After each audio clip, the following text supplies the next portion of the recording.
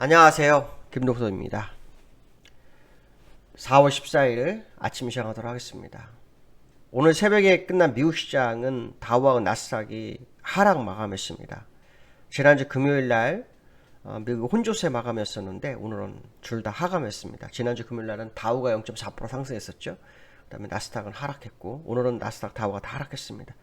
시장의 하락 이유는 미국 국채 금리는 10년물 국채 금리가 기술주에 영향을 미쳤고요. 기술주가 주가 하락을 유도했던 그런 상황이 됐습니다. 10년물 국채금리가 2.78%가 됐는데요. 2019년도 1월 이후로 최고치가 됐다고 합니다. 사실 국채금리가 이 이전에는 시장에 반응을 별로 안 했어요. 아시겠지만 지금 장단기 금리 역전 상태잖아요. 역전 상태고 그 상태에서 10년물 국채금리가 보통 옛날에는 몇 년 전에는요 1.67, 1.78 뭐 이러면 사실은 주가에 상당한 영향을 미쳤어요. 근데 이번에는 계속 영향을 미치지 않다가 이제서야 뭐 영향을 조금 미치고 있습니다. 사실은 그 전부터 국채금리 시장에 영향을 미쳤어야 되죠. 특히 국채금리 장단기 금리 역전은 시장의 경기 침체의 시그널로 많이 받아들이고 있기 때문에 지금 10년물 국채금리의 급등은 상당한 의미를 좀 부여할 수 있지 않느냐 뭐 이런 생각 해봐야 될 것 같습니다. 금리 인상에 따른 어떤 타격이 기술주와 성장주 쪽에 영향을 계속 미치고 있는 상황인데요. 아직 금리 인상을 제대로 안 했습니다. 3월 달에 0.25 했지만 이제 5월 3, 4일이죠. 5월 3, 4일 이제 한 보름 정도 남았습니다. 보름 정도 남았는데 이 3, 4일 때 0.5% 정도 그 다음에 QT 양적 긴축도 한 950억 불 정도 진행이 될 거라고 합니다. 그래서 그에 따른 모습이 나오기 시작한 다음 기술주에는 계속 악영향이 있지 않겠나 뭐 그런 생각 해야 되겠죠. 테슬라 같은 경우 천슬라라고도 하는데 천슬라가 붕괴가 됐습니다. 5% 정도 하락했고요. 이유는 중국 코로나 확산으로 해서 상하이 공장이 생산 중단이 되고 있다고 합니다. 그것 때문에 또 테슬라 하락하는 모습이 있었고요. 그나마 유가가 급락으로 이 모습을 보고 있어서 인플레이션은 뭐 4월 인플레이션은 좀 낮아지는 거 아니냐. 그래서 뭐 3월이 정점이 아니냐 이런 얘기 나올 수 있는데요. 글쎄요, 유가가 계속 하락할지는 좀 더 두고 봐야 될 것 같습니다. 왜 그러냐면 유가는 추세적으로 여전히 상승 유효거든요. 148불 8불까지 정도 나옵니다. 148불. 그래서 그 결과는 아직 모릅니다. 그래서 유가도 좀 더 시간을 두고 확인해야 되는 그런 상황이 된다. 이렇게 보시면 될 것 같고요. 오늘 밤에 미국의 소비자 물가지수 발표되죠. 시장에서 8.4% 얘기가 나오고 8.4. 지난번 7.9니까요. 0.5 정도.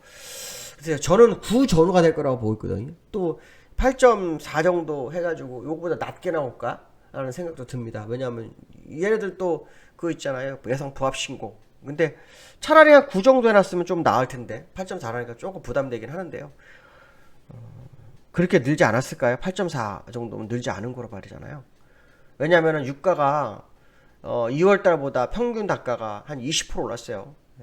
92불에서 110불 정도대로 돼버렸기 때문에 그 20%는 반영한다면 계속 10%만 반영해도 7.9에 0.79로 더하면 되거든요. 그러면은 거의 8.67 정도 돼야 되거든요. 67. 그래서는 9 전후 가능성을 보고 있는데 예상은 8.4라고 합니다. 오늘 밤에 어떤 발표가 있는지 또 봐야 될 것 같고요.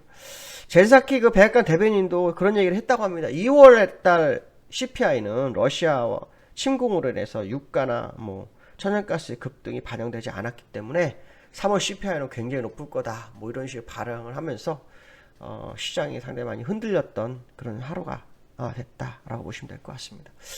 어쨌든 제가 항상 말씀드린 것처럼 이제 시장에는 이 금리 인상 시기가 다가오고 있어요.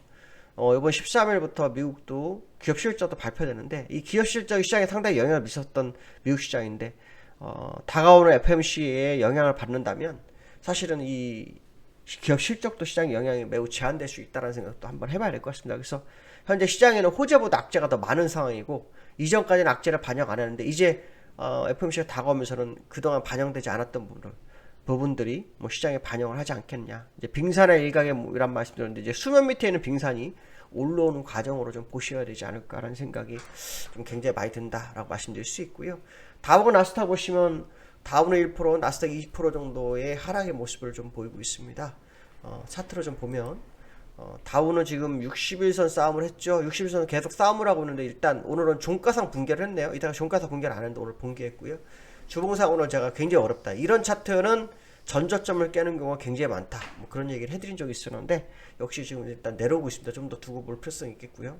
자, 나스닥을 좀 보시면 나스닥은 정확하게 내려오고 있는 상황이고요. 61선을 미리 다 깼죠. 60선 미리 깼습니다. 벌써. 그래서 지금 이제 60m 기준선 수평구간도 무너졌기 때문에 우리나라도 오늘 어제 계속 기준선 수평구간에서 싸움을 하고 있는데 어떻게 될지는 좀 더 봐야 되겠죠. 유가를 하나 볼까요? 유가를 좀 보시면 유가가 100불이 무너졌어요. 100불이 무너졌는데 이게 이제 일봉으로 보면 60일선 깨지고 막 그래서 추세가 뭐 깨진 건가라고 생각할 수 있어요. 근데 이 월봉으로 보면 사실은 뭐 추세가 완전히 깨졌다고 하기도 어려워요. 왜냐면 5월선 걸쳐 있잖아요. 그렇죠? 여기 보시면 5월선 걸쳐 있어요. 저는 아래꼴 생겨서 윗꼴을 메워줄 거라고 일단 보고 있어요. 왜냐면 우크라이나 러시아 사태가 아직 끝나지 않았죠. 다만 다행히 코로나가 확산되면서 상하이가 봉쇄됐죠. 세계 최대 수입국, 원유 수입국이 미국, 중국인데 중국인 상하이에서 소비가 줄어드니까 유가가 하락한 건데 그리고 상하이도 봉쇄를 다시 풀면 유가는 다시 올라갈 수밖에 없지 않겠나 이런 생각 해봐야 될 것 같습니다. 자, 두 번째로는요, 역외환율이 1235원을 터치해요. 원달러가 되게 중요한데 원달러가 시장에 반영을 안 합니다. 어저께 원달러가 8원이 올랐어요. 8원. 1234원까지 갔는데 주가에 전혀 반영을 안 하고 주가가 올라왔습니다.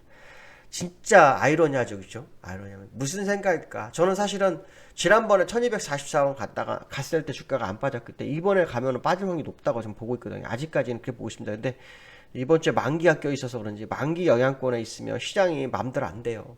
포지션대로 가죠. 근데 문제는 뭐냐면 어느 한 방향으로 가고 있는데도 만기가 움직이지 않았다? 그럼 보통은 만기 이후에 엄청나게 움직이는 경향이 있습니다. 그래서 그 전에 움직이는 게 맞는데 꼭 나중에 뚝을 쌓아놓고 못 움직이게 했다가 뚝 풀어주고 놓으면서 무너지는 경우도 굉장히 많은데 지금 원달러는 1235원 역외환율이 어저께 우리나라 본장에서 끝난 1234원보다도 2원 정도 더 올라서 끝나는 시장의 모습을 보여줘서 원달러의 추세는 여전히 상방이 우세한 상황이다. 이렇게 되면 우리나라 무역수지의 적자가 또 기록될 확률이 높아지죠. 지난번에 1분기 무역적자가 14년 만에 있었는데 이번에 또 이런 상황으로 원달러가 올라가게 되면 무역적자가 더 커질 수 있는 소지가 있다는 것만큼은 맞지 않을까 뭐 그런 생각 해봐야 될 것 같습니다. 자, 세 번째로는 삼성전자가 52주 최저가 후에 반등을 했다고 합니다. 와, 삼성전자가 52주 최저가라고 하는데요.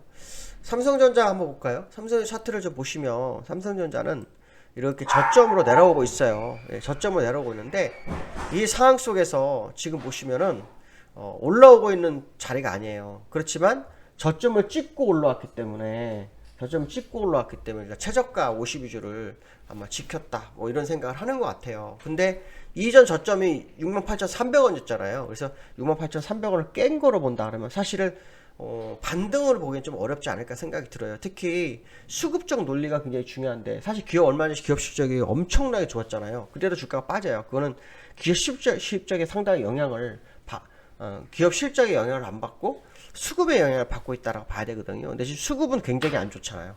수급은 아시겠지만 개인들만 전부 다 매수를 하고 있고 외국 기관은 전부 매도를 하는 과정이기 때문에 이 상황을 본다면 지금 시장 상황을 결코 좋은 쪽으로 해석하는 건 아니지 않느냐 판단합니다. 그래서 삼성전자가 시가총액이 30%가 되는데 주가가 더 이상 못 가고 있는 것은 우리나라 시장도 쉽지 않다는 생각을 한번 해보셔야 되지 않을까 이렇게 말씀드릴 수 있을 것 같습니다.